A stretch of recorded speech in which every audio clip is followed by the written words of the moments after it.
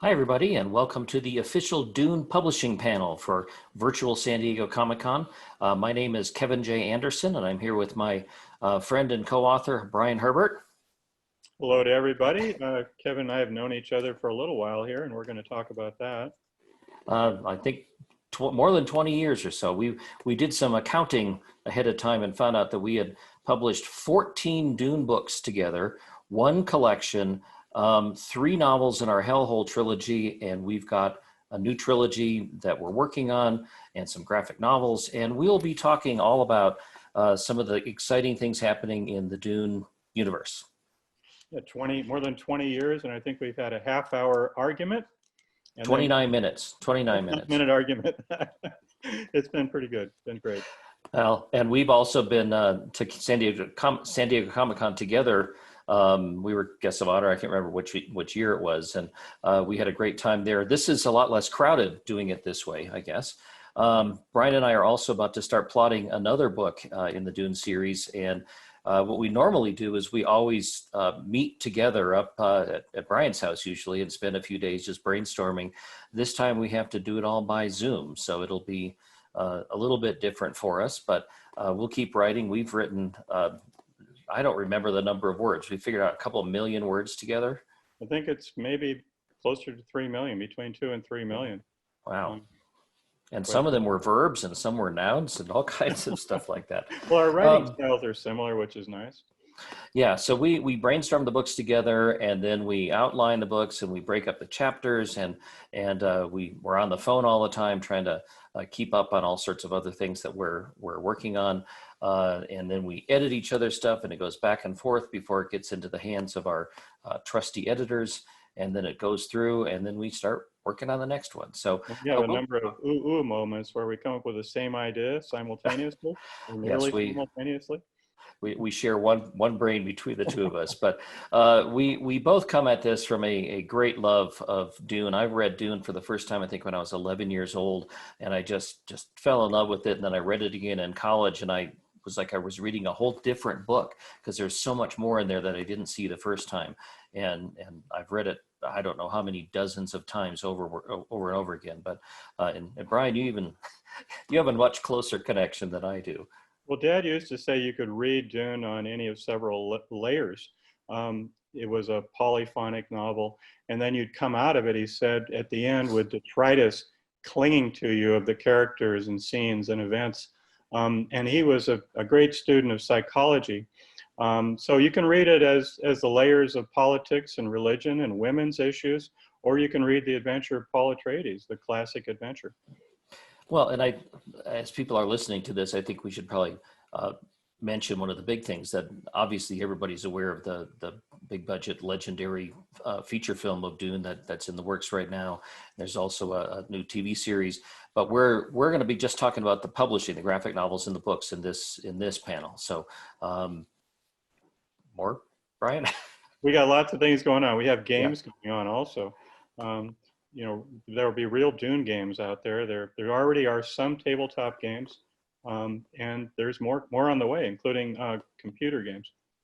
Yeah, so this has been a really exciting time for us. Like our first book was published in 1999 together, and we've been just working on Dune and keeping it in front of the fans and the readers, and we got a lot more stuff coming. And in fact, that's probably a good transition, because we're going to start going over, right now, this whole panel is going to be almost like speed dating with some of our editors and publishers in graphic novels and with publishing. And we're going to talk about the different projects that are going on, the different versions of Dune, the sequels and prequels. And our first one, we have to go back to the originals, of course, Frank Herbert's books. And they've just got a brand new facelift, new additions from Penguin Random House. And our first editor that we're going to move to is Jessica Wade, who is from Penguin Random House. And Jessica's going to be here, and she will show off some of the beautiful new covers, the striking designs, and they must be working because they've just been screaming up the bestseller list for all over the place. So there's Jessica Wade. So I'll take it away, say a few things, and we'll start showing off the covers. Okay, great. Well, really nice to be here with you today, Kevin and Brian, and with everybody watching at home. And yeah, I am from the Berkeley Publishing Group and Ace Books. And Ace and Berkeley have been Frank Herbert's publisher for more than 50 years. And if we have the slides up, I can show you, as you say, the facelift. Let's put the slides up and show some pictures. We've done some really lovely new additions. So what you can see here is the original 6 books by Frank Herbert. And starting around 2018, we put these gorgeous new covers out. They are by Jim Tierney. And we have now released editions of all of these books, both in trade, which are the larger paperbacks, and in mass market, which is the smaller size paperbacks you would expect to see, say, in like an airport rack. And the fan reaction has been great. I think we have had a lot of older readers buying new copies, and we're also introducing a whole new generation to these books. And then the exciting thing that we have coming up this summer actually is the 2 really lovely box sets. So these will both be available August 25th of this year. And the first one is Dune itself. And then that will also include Dune Messiah and Children of Dune. And then secondly, you can buy the box set that has all 6 books. So that also includes God Emperor of Dune, Heretics of Dune, and Chapter House Dune. And we think that will be a really lovely addition to a lot of people's libraries. And then the one other thing I would love to talk about very quickly, if you give me my next slide, is our Dune Deluxe hardcover edition. So this was published last year. This is art by Matt Griffin. It's really striking. And then this book just is one of the most beautiful books I have worked on when you physically hold it. It's just so impressive.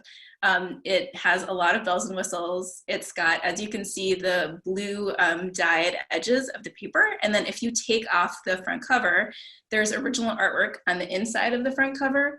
And then in addition, there's a stamped case, like the actual hardcover itself says "Fear is the Mind Killer" in embossed black letters.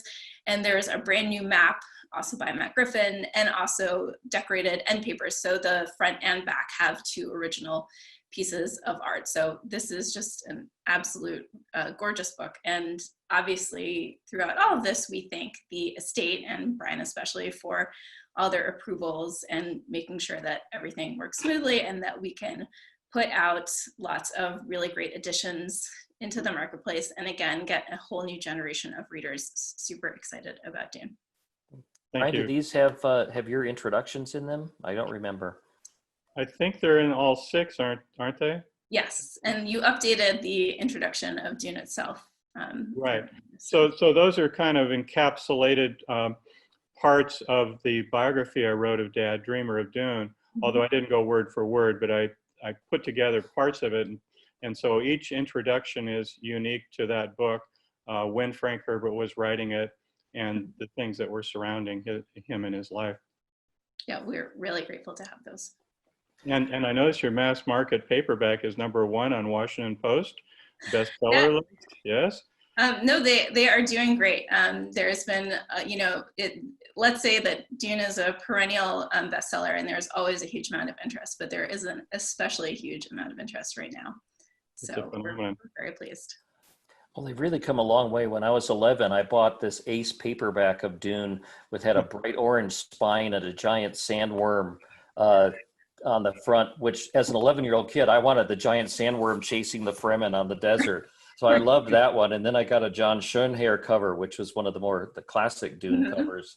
And I believe on the shelves behind me, I've got like 10 other versions of Dune, because you just can't have too many copies of Dune. So, well, thank you, Jessica. That's kind of our first rundown, and it leads right in, because these are the reissues of the original Dune, Frank Herbert Dune.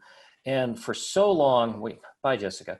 For so long, we have wanted to do an absolute, definitive, beautiful graphic novel version of Dune. And Brian and I have been talking about that for so many years. And we're very happy that finally we're having a beautiful, definitive, accurate, scene-by-scene graphic novel adaptation of Frank Herbert's Dune, coming out from Abrams ComicArts. So we're going to bring on Charlotte Greenbaum to show off and tell about that. Hi, Charlotte. Hi, guys. Nice to meet all of you. I am a graphic novel editor at Abrams. I'd love to see the first slide so I can introduce our graphic novel adaptation. There we go. Yeah, it's coming. There it is. So this is very, very exciting for us. This was the first project I heard about when I started at Abrams 2 years ago. I had read Dune as an adult when I was on a train through the desert in Morocco, and I can't imagine a better way. And so it was very, very close to my heart from the first read. And then learning that I would be working on it as the editor, as an editor, was just so special and so amazing for me. And so we've got a lot of really brilliant stuff happening with these books. We have an amazing artistic team. The covers are by Bill Sienkiewicz. He will be doing a triptych that, when you put all of them together, forms one beautiful image.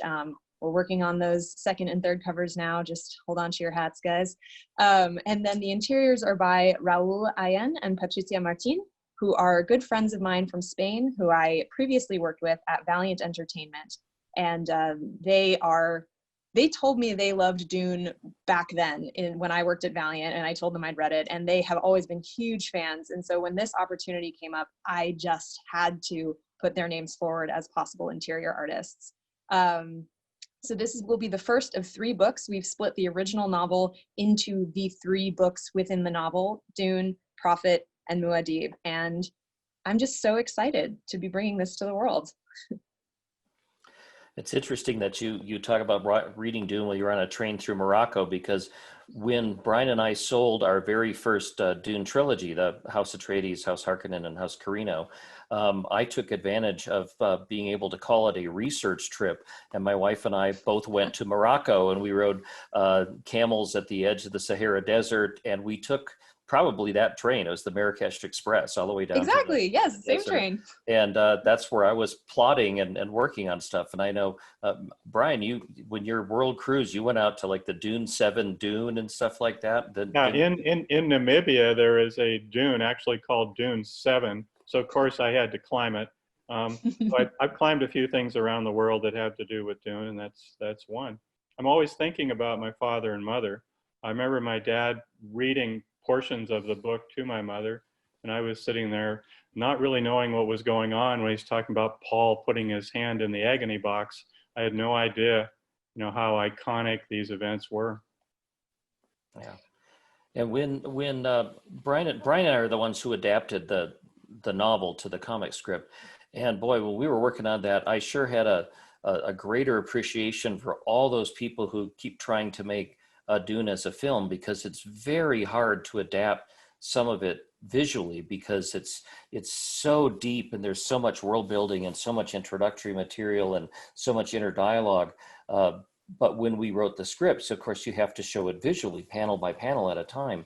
And I got a great appreciation for the movie makers who are doing it. And Charlotte, you've been great to work with, and everybody at Abrams, seeing all the sketches and the comments coming back. And we're just very thrilled. We wanted to do the graphic novel for a long time, and this is it's beautiful what we've seen so far. Yeah, Charlotte, it's been. Oh, go ahead. Sorry, Brian. Visually, Frank Herbert was a photographer in addition to being a reporter. And one thing Dad told me, he liked to look at various scenes through a camera lens. So, for example, you might start with the Baron's hand, and then you expand to the Baron himself. So he was very visual. He also had a lot to say, though, so we have to figure out how to translate that. I think Raul and Patricia have had the most amazing team supporting them on this. We had a whole team of designers working on just the mechanics of everything, on just the characters, on the backgrounds, and we've created something that is going to be just so special, and we have so much bonus material to share in future versions and omnibus versions. It's going to be a wealth of we will have a wealth of things to share with everyone. We're very excited. And to emphasize, this comes out on October 27th. Yes. And the novel Dune will be in 3 separate graphic novels, 3 separate volumes, because the novel itself is broken into three pieces, and Brian and I just delivered to you the script for the second volume. So it keeps going. So I think that kind of wraps up our Abrams part of the speed dating operation. So we're going to move on because thank you, Charlotte. The first of all the Dune novels that Brian and I worked on together was House Atreides. And that was way back when we first decided to work together, that we were going to write some more books in the Dune universe, and all of which was trying to build up to doing the grand finale, which Frank Herbert had written notes for as Dune 7. But our first thing was a prequel to Dune, this trilogy of young Duke Leto and his romance with Lady Jessica, their first battles with Baron Harkonnen, how the planetologist goes to the planet Dune, and how Emperor Shaddam becomes the emperor by basically killing off his father. All sorts of great stuff. And those books came out in 1999, the first one, House Atreides. And we are now going to bring on Anne Groell from Del Rey, and Bantam was who originally published it, because she's just given us, I guess the books are at an age that they needed a facelift. So we've got a brand new edition, and there's Anne. Yes, hello. And Anne's going to show off what they're doing, what Del Rey is doing to reissue the books. Yeah, so as Kevin said, my name is Anne Groell. I'm an executive editor at Del Rey, which is the other big science fiction and fantasy division of Penguin Random House. And I am here, as they said, to talk about the trilogy prequels, House Atreides, House Harkonnen, and House Carino, which were published in 1999, 2000, and 2001, respectively. I worked on at least one of the novels. I think it was Carino, but it's been 21 years. How is that 21 years? But I do recall vividly that the books are a true reading treat. They're thrilling, absorbing, wonderful, and they so satisfyingly bring you back to a world that so many of us had read and inhabited and adored in our formative years. The books were initially published with Stephen Yule covers, but yes, we are going to give them a facelift. So if I could see my graphic, please. Releasing on October 27th, we are matching the updated Dune look with our own equally gorgeous Jim Tierney covers, which you can see here on your screen. And the books will be appearing not only in mass market, as they already exist, but in a trade paperback format for the first time. So Dune is such an iconic story, and it's set in such an iconic world. I'm actually currently editing a book, I've been working on it all day, in which one character demonstrates her geek cred by showing off a tattoo of the symbol of House Atreides on her hip. And on a personal level, every time my daughter's pet hamster comes erupting up out of his fluff, we call it a sandworm behavior. So it's definitely a property that's invaded all of our consciousnesses. What challenges and rewards did you guys find working in such a well-known and well-beloved playground? Well, I believe that your House Atreides has an afterword by Kevin and me. And we talk a little bit about how we met and some missing notes that I never knew existed and how we found them of my father's. And I think initially we were actually talking about the Butlerian Jihad going back 10,000 years. And then we decided, well, why not go back to the events right before Dune, because more people have read Dune than any other novel, obviously, in the series that Frank Herbert wrote. So why not go back and revisit the characters in Dune at a younger age? And that turned out to be a really great place to start. We did have some fans wondering what we were doing before they even read the book, that we were being insulted and all this. And I'm happy to say that we did get some apologies from some of those fans after they read the book. And when Kevin and I went to DragonCon in Atlanta, after hearing all that flack from some of the fans that were not even giving us a chance, we didn't know what would happen when the fans started lining up, if we'd start getting fruit, tomatoes, and things thrown at us. But the very first person in line said to me, Mr. Herbert, thank you for continuing this series. Awesome, that's great. And we had this really wonderful experience, because it was right before, or in the lead up to the release of House Atreides. We were with a publisher, associate publisher of Bantam Books, and our editor, who was Pat Labruto on the first book, and we were at dinner in a Mexican restaurant in Santa Fe, and we were talking about the book coming out, and I was looking at the associate publisher of Bantam, And I said, you really need to understand that this isn't just a popular book that's a sequel or a prequel to Dune, that Dune is something special. Dune is like Lord of the Rings. Dune is like the most important science fiction book ever. And everybody who's ever read science fiction has got to read Dune. They've all read Dune. And she's kind of nodding. And I said, and right then the busboy walked by with a tray of water glasses. And I just spontaneously turned and I said, you've read Dune, haven't you? You love Dune, don't you? And this busboy in a Mexican restaurant in Santa Fe goes, oh yeah, Dune, Messiah, Children of Dune, I've read them all, I love it. And she just, and I think it just completely, the jaw drops at our publisher. And I think it got through to her that this was something special. It wasn't just maybe writing another book in some other science fiction franchise. So that was a memorable moment. And I'm glad it worked, because that could have backfired on me really fast. Yes, no, it really did work. So it's such fun to read. So I know you discussed, this amazing collaboration that you have and how well it works. So how did you guys first come together to just decide to do this project? What was the origin of the series? Well, Kevin wrote me a letter. I didn't know him and he didn't know me. So he wrote me a letter out of the blue. And I tried to ignore the letter. I waited for about a month. And meanwhile, I was checking up on him, with people that in the science fiction community to try to get some dirt on him. And I couldn't get any. So it turned out that he's a great guy. He's well respected, and he has been for a long time. So we got on the phone and we immediately clicked. Our wives said that there was something else happening when they listened in on us talking.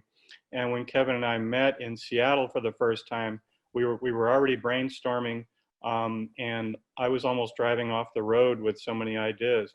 So Kevin and I have had an incredible connection, and it continues to this day.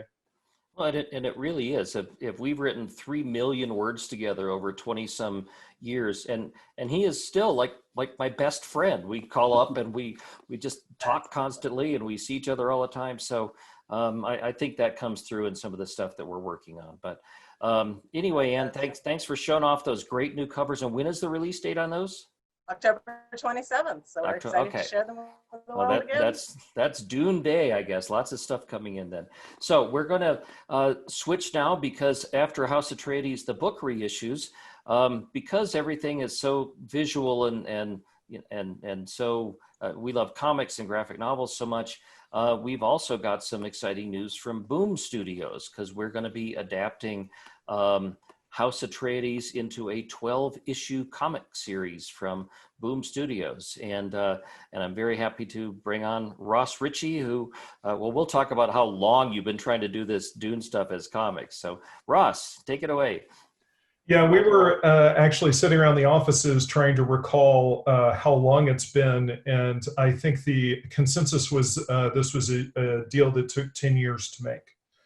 And so I think you can see how much I love Dune and y'all's work to be chasing it and dedicated to it. And I think one of the things that's very unique about this collaboration is that we're working with Abrams, who's adapting, the first novel in the 3 graphic novel series. And we're doing, House Atreides with the Prelude to Dune series. And what's unique about that is we're serializing it as individual comic books that will then be collected into a graphic novel format. And so there'll be 2 ways to be able to read it. You can buy the comic book, the individual comic books in comic book stores, and then you can also wait to have those collected into graphic novel collections and buy them in comic book stores, or buy them through your more familiar book trade booksellers like Amazon or Barnes & Noble, or your independent bookstore. And so let's take a look at some of the artwork that we have generated for the series. So this is the cover by the amazing Dan Mora, who not only did the line art, but also colored it. And I thought maybe the 2 of you could talk some about generating visual images of Leto and Harkonnen for the series, because Harkonnen is not exactly looking like he does later in the series. So that new visual expression. Let's go ahead and go to the next slide as y'all comment and maybe talk about some of the visual development work. Brian, what you can quote from memory. What's the first line of House Atreides? Well, we talked about the Baron being lean and muscular. So what we thought we'd do is really show the fans that the Harkonnens can be different than they've been portrayed, you know, over the years. There could be something else that happened in the past. I mean, there could even be good guy Harkonnens, and they're not the Baron, but we do write about that. So things are a little different. So how could the Baron possibly be lean and muscular? Some fans are saying, wait a minute, these guys haven't even read the books. So, but yes, we did read the books. Well, and again, this is the generation before Dune. So this is Duke Leto, which we'll see in a minute. He's about 15 years old. The Baron is again then like 20 or I forget 30 years before Dune. So everybody looks different, and it's a prequel, and the whole idea of writing these books is to show how people got to where they are in their familiar places in Dune. I wanted to jump in real quick and credit the artist is Dev Pramanik, and our colorist on the series is Alex Guimaras. Very good. And here is a 2-page spread from the first issue.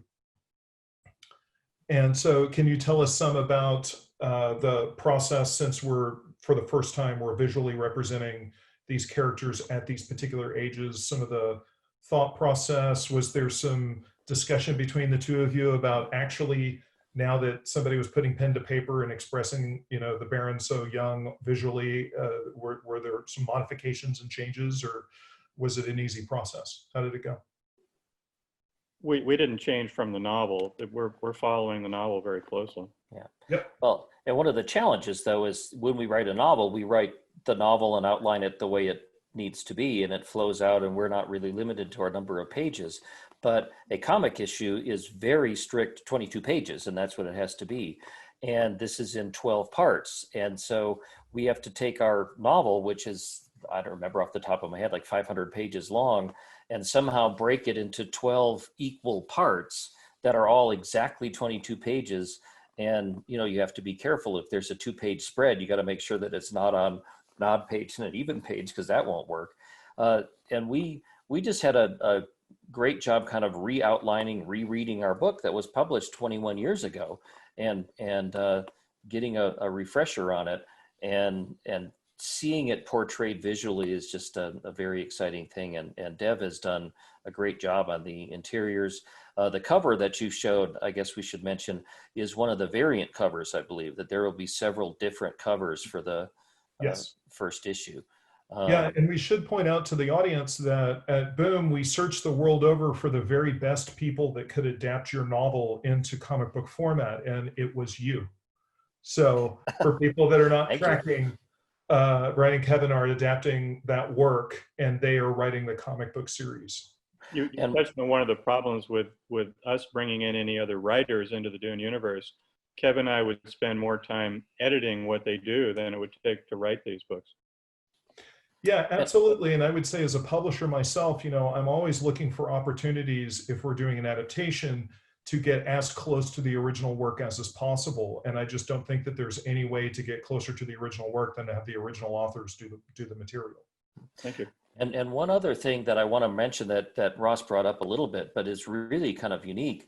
The Abrams artists and the Boom artists are both using the same character designs and equipment designs and everything. This is really a beautiful amount of cooperation, so that Brian and I don't have to reapprove different costumes and everything, that you're all playing from the same notebooks, so that it's going to look consistent, and the Boom comics and the Abrams graphic novels are going to have the same sort of look and design. So I'm very happy with how you guys are cooperating and working everything out. So again, Ross, you've been after Dune for 10 or 12 years. I think it's been that long, and it's just lots of wheels had to turn together. So well, that's one of the hats I wear. I'm one of the managers of Herbert Properties, and Ross has known me in that way for many years. So it's nice to make a deal with you, Ross, and for us to be thinking creatively now. It's a thrill of a lifetime to be involved, and I can't thank you both enough. Thank you. All right. Well, we're going to go to our last sort of our grand finale news and presentation because Brian and I, as I mentioned at the very beginning, we've done 14 novels together in a 14 Dune novels in a story collection, and also our Hellhole trilogy. And our last Dune novel was Navigators of Dune. Do you remember which year that was published, Brian? Like 4 or 5 years ago? Yeah. Yeah, something like that. Anyway, it's been I a while. yeah. It's been a while since we've had brand new books, but we've been sort of busy with movie preparation and games and everything else. But we've with the movie being filmed, we finally went back and started brainstorming a new story that we wanted to tell, and that's a new trilogy that will be published by Tor Books. And we have our editor Christopher Morgan here from Tor, that he's been very easy to work with. He just kind of likes what we send in, which is good. So I'll introduce you, Chris, and you can show off the cover, which we just saw like an hour ago for the very first time. So it's exciting. Christopher, you there? We'll see him. Hi there. Yeah. Okay. As Kevin mentioned, I'm Chris Morgan, the editor with the pleasure of working on Dune, Duke of Caladan, coming October 13th from Tor Books. So let's get down to it. Would you please show the cover?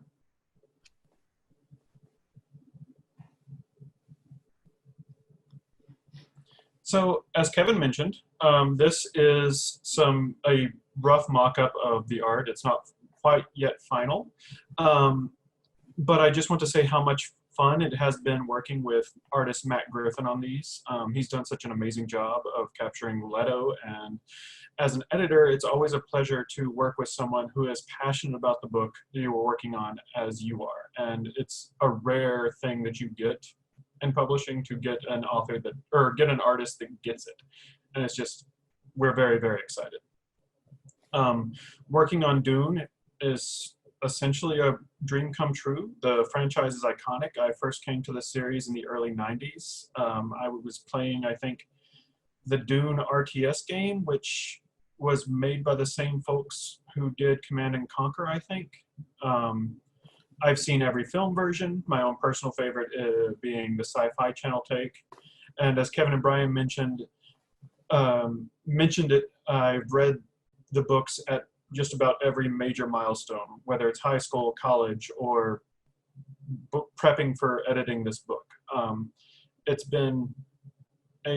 It's a foundational series for so many of my peers and friends, and it's such a great honor to be able to work on this series. Working on Duke of Caladan is truly a milestone in my career, and working with Brian and Kevin has been a dream. As Kevin mentioned, it's just great working with these two guys. And I think I want to kick it off with a question, mainly why is now the time to tell the story that, when you boil it down to it, is running right up into the events of Frank's original novel. Like, that's where we're at in terms of the timeline. So why is now the right time for that?